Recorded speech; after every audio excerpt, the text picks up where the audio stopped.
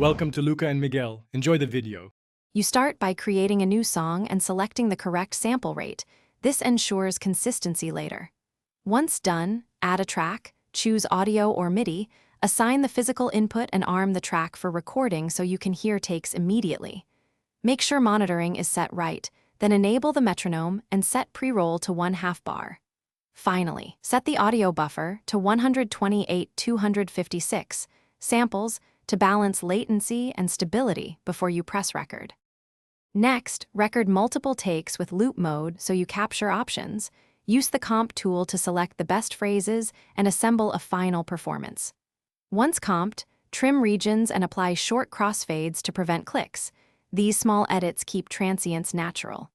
If working with MIDI, quantize to the desired grid, but add slight humanize to retain feel. Route channels to buses where you can apply basic EQ and compression. Then duplicate or layer tracks for depth and harmonic richness.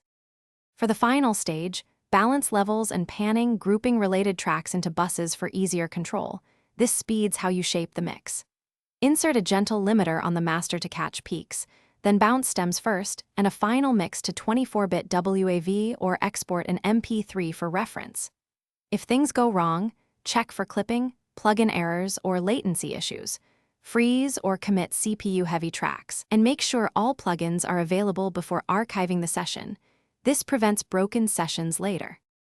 Thanks for watching and please subscribe. It's the best investment you'll ever make.